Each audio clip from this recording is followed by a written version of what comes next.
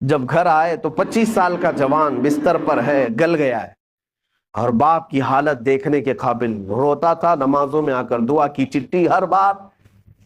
پھر وقت ایسا آیا، مجھے وہ بات یاد آتی، کافی سال ہو گئے، اس نوجوان لڑکے نے اپنے باپ کو ایک دن بلایا، کہا ابا جان میری اسکول کی سرٹیفکیٹ، شیلڈ، مارک شیٹ یا جو مجھے انعامات ملے تھے وہ کہاں ہیں؟ کہا باپ نے بیٹا سب سنبھال رکھا ہوں، الماری میں سب ہے، سب ہے۔ کہا میں دیکھنا چاہتا ہوں۔ اس کی 7ویں کی، 10ویں کی، 12ویں کی، اور جو اس نے مسابقے، جو کمپٹیشن میں شیلڈ لیے تھے وہ سب رکھی ہوئی تھی۔ باپ لا کر کے دیتا ہے، یہ تیری 10ویں کی ہے، یہ 12ویں کی ہے، یہ کالج کی ہے، یہ تو لندن میں جو پڑھا اس کی ہے، فلاں کورس کی ہے۔ وہ بستر پر لیٹے لیٹے نوجوان دیکھتا رہا، حسرت سے اپنے باپ کو پوچھتا ہے وہ ساری سرٹیفکیٹ دکھا کر، ابا جان مجھے بتاؤ ان ساری سرٹیفکیٹ میں کون سی ایسی سرٹیفکیٹ ہے جو میں منکر نکیر کو بتا دوں تو مجھے چھوڑ دے؟ میں قبر میں جانے والا ہوں، میری زندگی بہت مختصر سی رہ گئی، بون کینسر، اب میں بچنے والا نہیں ہوں، لیکن بابا جان مجھے بتاؤ اس سرٹیفکیٹ میں کون سی بتاؤں منکر نکیر کو کہ وہ چھوڑ دیں گے مجھے؟ باپ کہتا ہے میرے پیروں تلے زمین کھسک گئی، میں نے آج تک یہ سوچا بھی نہیں تھا، میں نے اپنے بچے کو قرآن اور حدیث کی تعلیم تو نہیں دی تھی، مختصر قرآن تو پڑھایا تھا، لیکن کوئی سورہ بھی اسے یاد نہیں تھی، اس لیے کہ اسکول کالج ٹیوشن اور لندن اسی میں رہ گیا پیسے خرچہ کرتے کرتے۔ اور آج دنیا سے میرا بیٹا 24 سال کی عمر میں جا رہا ہے، اسے کوئی سورہ یاد نہیں ہے۔ اور اس لڑکے نے وہ میسج دیا تھا، بابا جان یہ میسج پہنچا دینا مولانا صاحب کو کہ اللہ نے اگر کسی کو بیٹا دیا ہے تو صرف دنیا میں ایسا اسے گھوڑا نہ بنائے، ایسا گھوڑا نہ بنائے ریسنگ کا گھوڑا کہ صرف دوڑتا رہ گیا، اسے خبر ہی نہیں ہے اس کی آخرت کا کیا ہونا ہے۔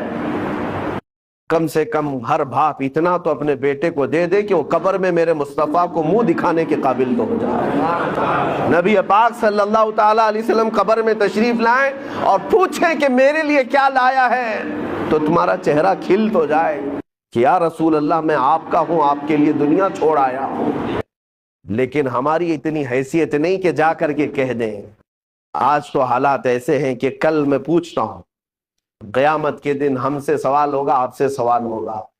اے نوجوانوں، اللہ تبارک و تعالیٰ اگر جوانی کے بارے میں تم سے یہ سوال کرے کہ تیری 25 سالہ زندگی تھی، جب تو 20 سے 25 سال کا تھا، 25 سے 30 سال کا تھا، تیرے پاس طاقت تھی، قوت تھی، تو جوان تھا، اس وقت تو کیا کر رہا تھا؟ رب تبارک و تعالیٰ کے ہاں ہر دن کا سوال ہونے والا ہے، اتنی بات یاد رکھو۔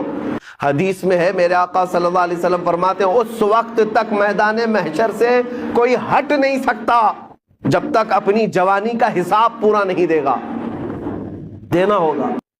تم سے اگر یہ پوچھا جائے، رب تعالیٰ اگر یہ پوچھ لے، جب میرے نبی کی شان میں گندی گالیاں دی جا رہی تھی، اے جوان تو کیا کر رہا تھا؟ کیا تم یہی جواب دو گے کہ رات بھر میں گیم کھیل رہا تھا؟ اے اللہ تیرے نبی کو جب گالیاں دی جا رہی تھی، توہین کی جا رہی تھی، تو میں تو کرکٹ کھیل رہا تھا، فٹ بال کھیل رہا تھا، جیم پہ جا رہا تھا، دعوتیں اڑا رہا تھا، برتھ ڈے منا رہا تھا، یہی جواب دو گے؟ ہمارے پاس ہے کیا چیز؟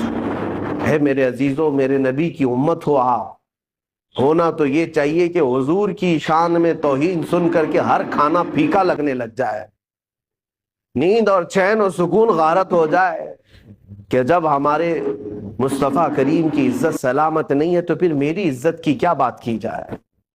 بہرحال آج احساس میں دلانے آپ کے سامنے کھڑا ہوں، اب فیصلہ آپ کے ہاتھ میں ہے۔ ایک چیز میں بتا کر کے رخصت ہو جاتا ہوں، جنازہ اٹھے گا اپنا، ہمارے گھر سے نکلے گا، کس میدان سے نکلے گا پتہ نہیں ہمیں، لیکن اتنی بات معلوم ہے کہ قبرستان جانے سے پہلے جنازہ یہ سب کے ساتھ ہوگا، سب کے ساتھ ہوگا۔ ابھی قبرستان پہنچا نہیں ہوتا کہ پوری قبر کے مردے کھڑے ہو جاتے ہیں، اگر کوئی غلط آدمی کا جنازہ آ رہا ہے، گنہگار کا آ رہا ہے، تو وہ کھڑے ہو جاتے ہیں اور کہتے ہیں اے رب ذوالجلال اسے ہمارا پڑوسی نہ، اسے اس قبرستان میں داخل ہونے نہ دے، اس لیے کہ آج وہ آئے گا، دفن ہوگا، اس پر تیرا عذاب ہوگا، جس کی وجہ سے ہم سب کا چین اڑ جائے گا۔ مردے کھڑے ہو کر کے پناہ مانگتے ہیں اللہ کی بارگاہ میں کہ ایسا منحوس شخص اس قبرستان میں نہ آنے پائے۔